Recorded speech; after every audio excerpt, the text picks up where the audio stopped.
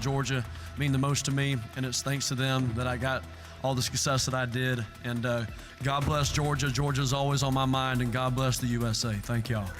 Georgia, Georgia,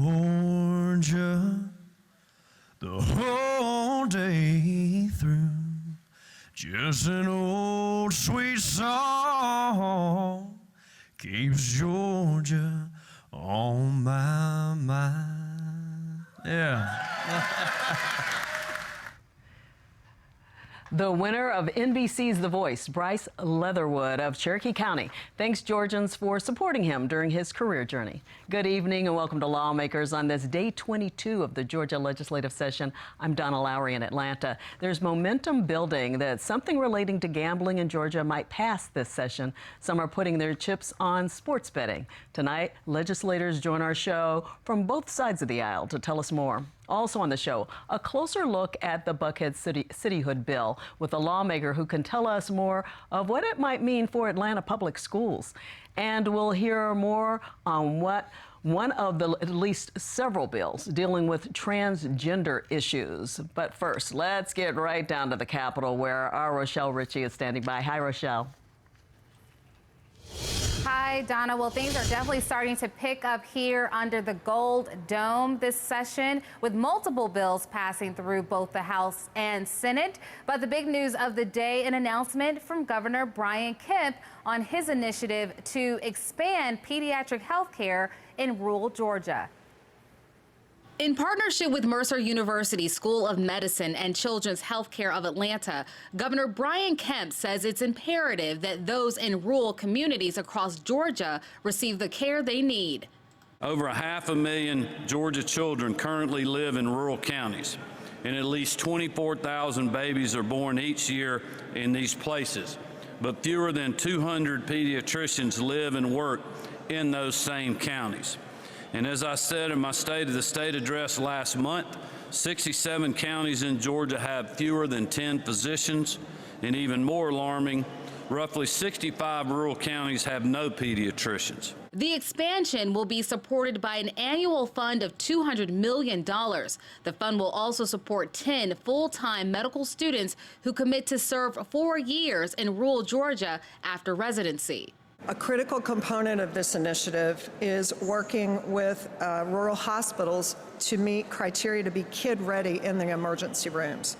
This will build on our specialized pediatric care and expertise because we are the largest pediatric healthcare system in the country. And another press conference. Representatives Esther Panich and John Carson address what they call a disinformation campaign about their anti-Semitism bill, HB 30. This bill defines anti-Semitism. To be clear, it does not restrict speech. There is an ongoing campaign, a misinformation campaign, to say that this violates free speech. It does not. The definition does not even come into play until there is an unlawful act, like unlawful discrimination, or a crime has already been committed. Jews want to fit into the hate crime bill just like every other minority that is already protected. The bill was passed through committee yesterday with one amendment. The use of a swastika or Nazi imagery with the intent to terrorize, with the intent to intimidate another person, that is now going to be recognized as a terrorist act under the state code. The authors expect the bill to be presented on the House floor next week. 3 U.S. congressional representatives visited the Senate today. Representatives Mike Collins, Sanford Bishop, and Marjorie Taylor Greene all spoke, praising senators for their good work. But Greene also chose to speak about a controversial issue, comments that lived up to her fiery, no punches pulled reputation. There is a great delusion that has been sent on our country, and it is attacking our children. And that is the lie that children can change their gender. You know, God spoke the truth, and God created all of us, and He created us man and woman. In His image, He created us, and that is the truth, and that's who we are. But today, children are being taught a lie that they can change their gender, and this is a very big issue. It's a multi-billion-dollar medical industry that's growing all over the country. but it is also a major attack happening to our youth on social media. Let's protect our kids here in Georgia. This isn't about adult choices, what people choose to do with their bodies and sexually as adults, but it's about what children need. They need time to grow up. Then the Senate voted on their first House bill to be presented this session. HB 52 was a mixed bag Department of Transportation bill. Section 1 makes email instead of physical email the required notification method from alleged counsel to legislators for a call to a board election for GDOT. Section 2 replaces requests for proposals with requests for proposal revisions as one of the authorized negotiation activities. Section 3 allows GDOT to start the CMCG bid process and revert to the low bid process, both of which are currently approved under law, if the cost estimator comes back with a recommendation that would recommend that. Section 4 makes changes in modular or sectional housing unit transportation to allow a length of 84 feet, which is an increase from 80 feet. Section 5 grants further ability of an appropriate county medical examiner to delegate their authority to qualified medical personnel in the field at the site of an accident. And lastly, Section 6 ensures that no one can abuse the Open Records Act to get personal information about a driver's location, travel history through the state, either directly or indirectly through a data vendor. The bill passed 53-1. And the Senate hazing tradition continued as freshman Senator Shelley Eccles presented her first bill, SB 120, a housekeeping bill updating federal regulations around commercial trucking. Now, you just won an election back in November, is that correct? This is correct. Now, you probably went all over your district. You met with constituents. You probably knocked on doors. And was this the #1 issue you were trying to fix when you were on the campaign trail? Public safety is always a #1 issue for me. That's a great answer, Senator. Well done. Do you feel you have some advanced knowledge about this subject matter? I do know a little bit about this subject matter. Senator, if you look at line 2, it says operations of motor carriers and commercial motor vehicles and drivers. Is that not true? That's correct. Do you further yield for one more question? I do. Senator, have you ever been eastbound and down, loaded up in trucking, doing what they said can't be done? I don't know how to answer that one, sir. And Donna, that is my Capitol report. Back to you. Thanks so much, Rochelle. There are about a half dozen bills dealing with legalizing gambling, and we're going to get an update from a couple of the lawmakers favoring the bills. Joining us are Republican Representative Marcus Wiedauer of Watkinsville and Democratic Representative Stacey Evans of Atlanta. Welcome to Lawmakers, to both of you. Representative Wiedauer, I'm going to start with you. Tell us about your bill. It's called the Georgia Lottery Game of Sports Betting Act. It's not a short title. Tell us about it. Yes, ma'am. Well, thanks for having us tonight. So the Georgia Lottery, we're going to put sports betting under the Georgia Lottery. It is strictly online. There's no retail portion of it. There's no bricks and mortar. We feel like it's the cleanest way to do this, and certainly what we feel like the appetite is for the state of Georgia. And there's no money involved, right? Because there's no brick and mortar or anything. Yeah, all the money goes directly to the lottery, and it'll be dispersed exactly how the current lottery system is set up. Okay. I know, Representative Evans, you're a sponsor. Why did you jump on this bill? Well, my biggest mission is to get more money in the pipeline for education, for higher education, for Hope scholarships, and of course to better fund our pre-K programs. This allows that to happen, and it allows it to happen through activities that Georgians are already participating in. They're going to other states, they're going online, they're gambling already, but we are not benefiting from the revenue, and so our kids are losing out. Yeah, so this bill did go before the Higher Education Committee, a little different, and we'll talk about that more in a moment. But I also know that it, usually goes in the regulated industries or, the economic development and tourism industries. So, but we saw higher education, and the House Committee on Higher Education, you guys held a hearing on it, and here's what the lawmakers heard from the opponents on the bill. There are increased issues when you increase gambling.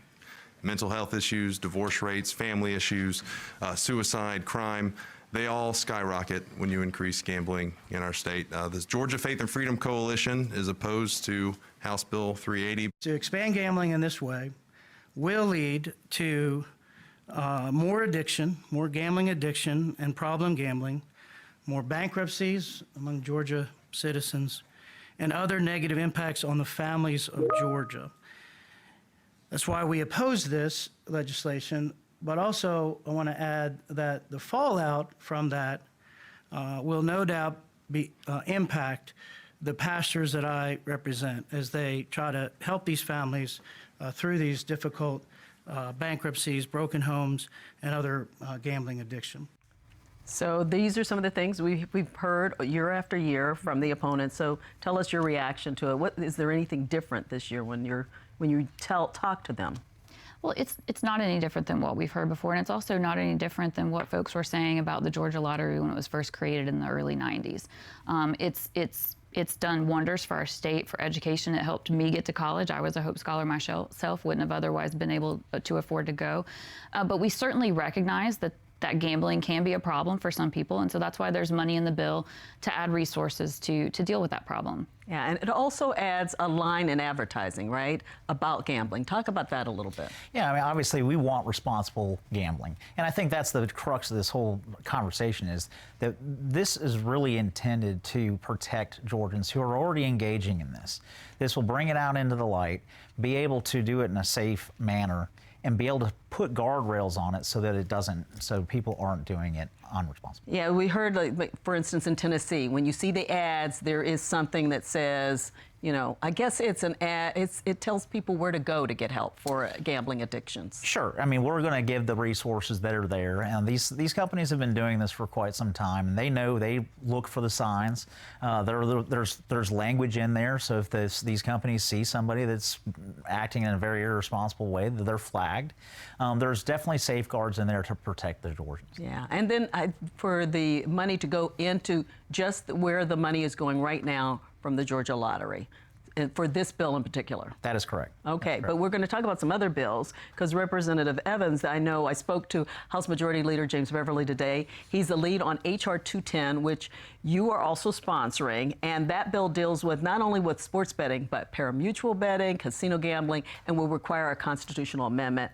You want this to go before the voters on gambling overall. Talk about that. Absolutely. I think it's time that we open up gambling in the state of Georgia, again, because our citizens are already doing it. But going further than this sports betting bill, the lottery game of sports betting, going further than that would require a constitutional amendment. I think that the sports betting bill is a great first step for us to take at this time. It's the step for us to take, but I would like to see us go further. I think the citizens of Georgia are ready. I'm just not quite sure that we have the votes for a constitutional amendment in the House yet. But I do support that measure because, again, it's going to open up a revenue source for us. Not only if we go through a constitutional amendment, we can designate where money goes to places where it doesn't go right now. Since we're doing this in a bill and it's going through the lottery, it goes to Hope and Pre-K. If we open up gambling through a constitutional amendment, we can designate other areas, whether that's healthcare, mental health, housing. We have more options. But again, this sports betting bill is the step that we should take right now. Yeah, I think you might have the best chance with that. I'll mention that on the Senate side, there are bills relating to forms of gambling. There is SB 57, SB 172, SR 140.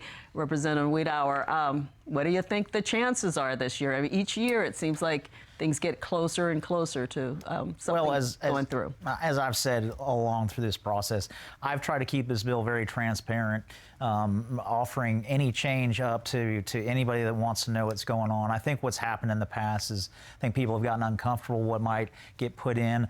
I think that this is, you know, I'm not for horse racing or casinos, and I do think that this is the more palatable course of action for what Georgia wants right now. And so I do believe that there's momentum behind it, and we'll see how it goes. Yeah, we heard, especially during the Super Bowl, that people were doing, you know, the argument for it has been people are doing it anyhow. And that is happening, and Georgia is not getting any of the revenue. All the revenue is going out of state, and this would obviously continue to bolster the programs that we keep talking about. Yeah, and a lot of the different places that are in the other states are very interested in this bill. You've also got all the sports franchises in Georgia, in the Atlanta area in particular, interested. Yeah, in that aspect of it, you know, I think that some of the arguments have been that if we just give these licenses to a bunch of out-of-state organizations that a lot of our tax dollars will leave the state. Being able to give, a nod to the sports teams that are here in Georgia, that's going to keep additional tax dollars in the state. Okay. And you're feeling the same way about it, that this has momentum this year. Absolutely. It feels good. It feels good not only because we're going to open up sports betting. It's something that Georgians are doing, more money for lottery, more money for pre-K.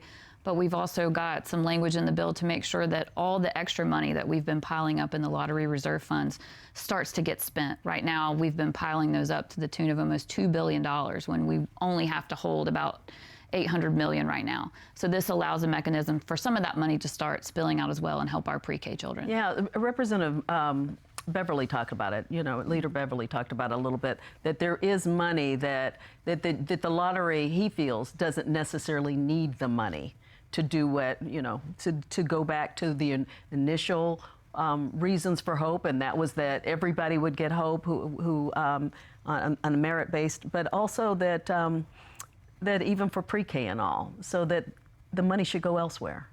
Well, this year, for the first time in 11 years, the Hope Scholarship and the Hope Grant were fully funded at tuition level. We haven't done that since then. So that's exciting, and that should continue. We've got the funds to do it. Pre-K is not there yet. Not every 4-year-old that wants or needs pre-K has it, and we've still got 3-year-olds, and we know that if we invest those dollars in early childhood education, we save so much money in our K through 12 system. I think it's for every $6 or $7, don't quote me, I think for every dollar we spend, we save $6 or $7 in remediation. So yes, there are other needs in the state, and that's why I support the constitutional amendment eventually. But for now, for this money, pre-K still needs our help. And so I'm super excited about passing the bill and getting the sports betting revenue, but also opening up the reserves. Okay, certainly a lot of eyes on this, so we're going to keep up with it. Yep. Thank you so much for coming on the show. Thank you. All right, coming up, we'll hear about a bill that would make it illegal for healthcare providers to help children with gender identity, and more on the movement to create a new city of Buckhead separate from the city of Atlanta.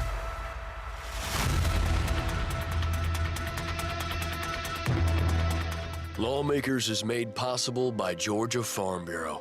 With over 80 years of helping everyone understand the importance of agriculture in our state.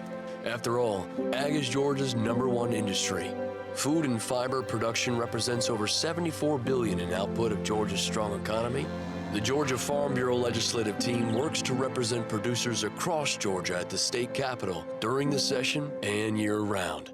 Georgia Farm Bureau, the voice of Georgia farmers. Here's what's new this month with Passport. Kirsten had a lot of courage. She fought for Black culture.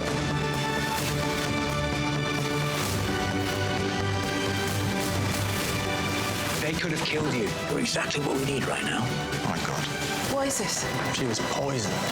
These and all your favorite shows are available with Passport.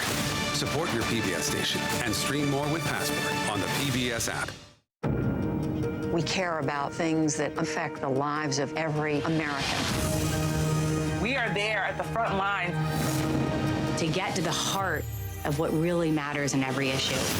This country has not seen this in 80 years. This extraordinary moment in American history. You're making such a huge impact. Trust is at the heart of what we do.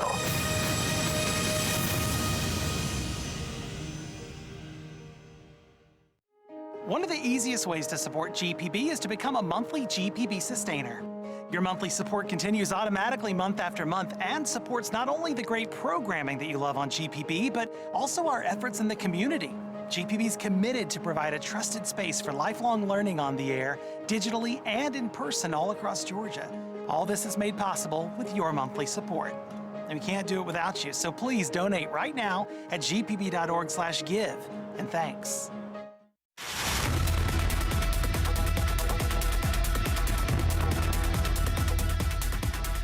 Welcome back to Lawmakers. I'm Donna Lowry. Last week, we had Democratic Senator Kim Jackson on Lawmakers to talk about her opposition to several bills dealing with transgender issues. Because of scheduling, we were unable to get interviews from the bill's sponsors.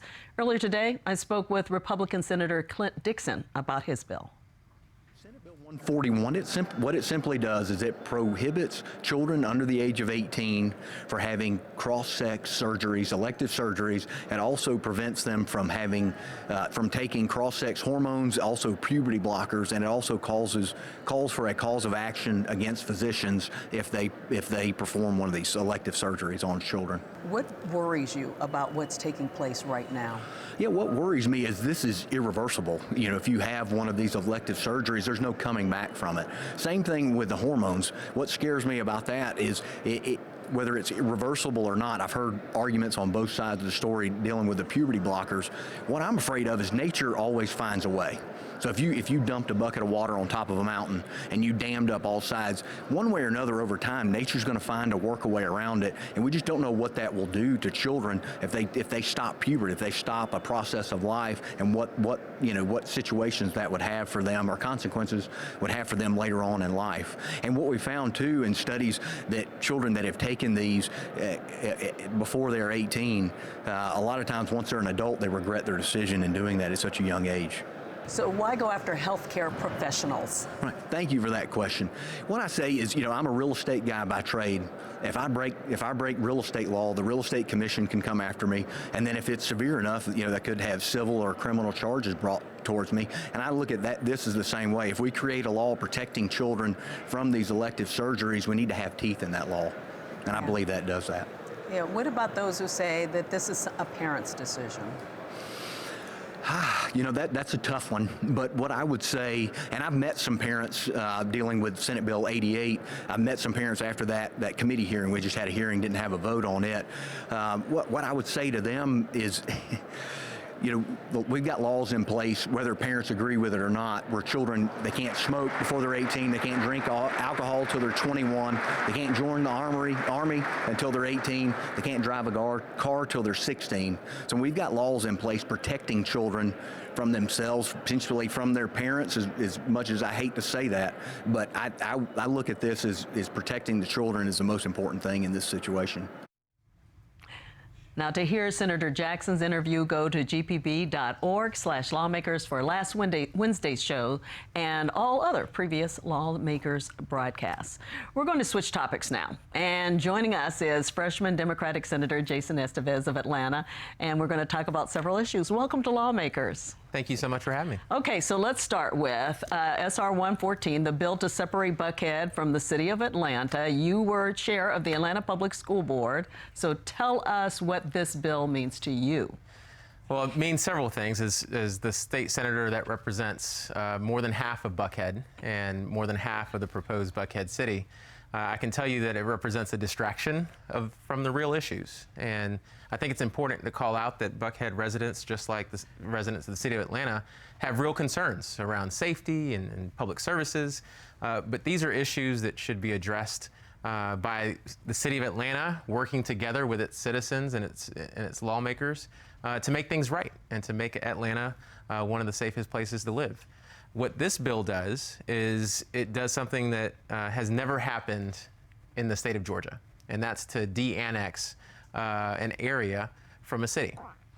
And the consequences of doing that are unknown and are expected to be dramatic, whether it's the fact that you would have about 8,000 children who attend public schools. You would have their education disrupted because about 5,000 of them would move to Fulton County schools. Whether it's the fact that you would have bond markets interrupted by bonds that would be in question because you would have 30% of Atlanta's tax base no longer liable for those bonds. So there's all kinds of consequences that come from a divorce, is what it's compared to, that cannot be compared to the creation of a new city. This is something that's unprecedented and something that's very concerning to me as a lawmaker, but to me as a resident of Atlanta. Yeah, so you talked about those 8,000 students. Even though you know about them, it's still not certain how that whole piece would work, right? Right. Well, something that we've seen consistently in this whole debate is that the proponents of the Buckhead City proposal have not come out with a clear plan, whether it's a proposed budget for the city, whether it's a clear plan on how they would handle education. It's clear to me, based on the conversations that I've had with them, that they haven't had conversations with Atlanta Public Schools directly. They haven't had conversations with City of Atlanta government. They haven't had real conversations with the Fulton County government to understand how these transfers of property, of debt would actually occur. And most importantly, when you look at the two bills that are filed, and I want to make sure I make that clear, these are two bills, one to de-annex the city, but there's also one that talks about the transfer of assets. When you look at both of those bills, there are huge gaps that leave a lot of questions that are yet to be answered. Yeah. I know that there was a hearing earlier today. Yes. Tell us about that. Well, we had a hearing earlier today that primarily focused on Senate Bill 113, which talks about how property would be transferred from the City of Atlanta to the City of Buckhead City. And it was interesting because the sponsor was saying that this was something that has been done over the course of 50 years. This is business as usual. But when you look at the bill, it's it's a rewrite of current law. So it's clearly something that is new. But what's interesting about it is that it doesn't address revenue bonds. And if you live in the City of Atlanta, you know about the Beltline and the debt that's associated with that. You know about the airport. There's always debt associated with the airport. You can see all the construction happening down there. And then what Atlantans pay, water and sewer. Over $1 billion in water and sewer debt that is unaccounted for in this bill. And when I asked the sponsor about that, they said they had to get back to me to answer it. Okay. Well, we'll keep an eye on that bill. It's garnered a lot of attention, and other parts of the state are looking at it to see, what happens, because this would be the first time. I want to get to a couple of other bills. Yeah. First, your legislation, you have Senate Resolution 144, and that would allow for the creation of a Senate study committee on expanding early childhood education. And I know because of your education background, this is near and dear to you. Absolutely. Very passionate about this. I have a 4-year-old and a 7-year-old, so I see how important early learning is. And I can tell you, Donna, that by investing in our younger children, investing in early education, we would save money on the back end. During the first couple weeks of the legislature, I was listening to the appropriations hearings, and I heard the state economists talk about how frustrating it was that education was so expensive. It's over 50% of our budget. And he was like, if anybody knows how to make education cheaper, let me know. And I was screaming at the monitor because I was like, we know when you invest early, you save money on the back end. The current system is set up around remediation, trying to teach third graders, high schoolers how to read. If we start early, we save that money, and we can focus on actually educating the children on specific subjects versus teaching them how to read. When you look at our statewide numbers, 35% of our students are proficient in reading at grade level. That means 65% of our students need remediation when it comes to reading. So there's a lot that we can do by investing on the front end. That study committee looks at how to expand early learning to 3-year-olds and how to offer early learning for every 4-year-old that wants it, which the program right now does not do. You think you have the support for a study committee at least? Well, we'll see. I hope so. If this state is serious about going from one of the lowest rankings for education to hopefully being one of the top states to get a public education, then we should certainly be looking at early learning. Okay, we'll keep an eye on it. And I know you have some other bills, so we may have to have you come back. Absolutely. Thank you so much for coming on the show. Thank you so much for having me. For now, that does it for Lawmakers Today. We'll be back tomorrow for Legislative Day 23. Good night.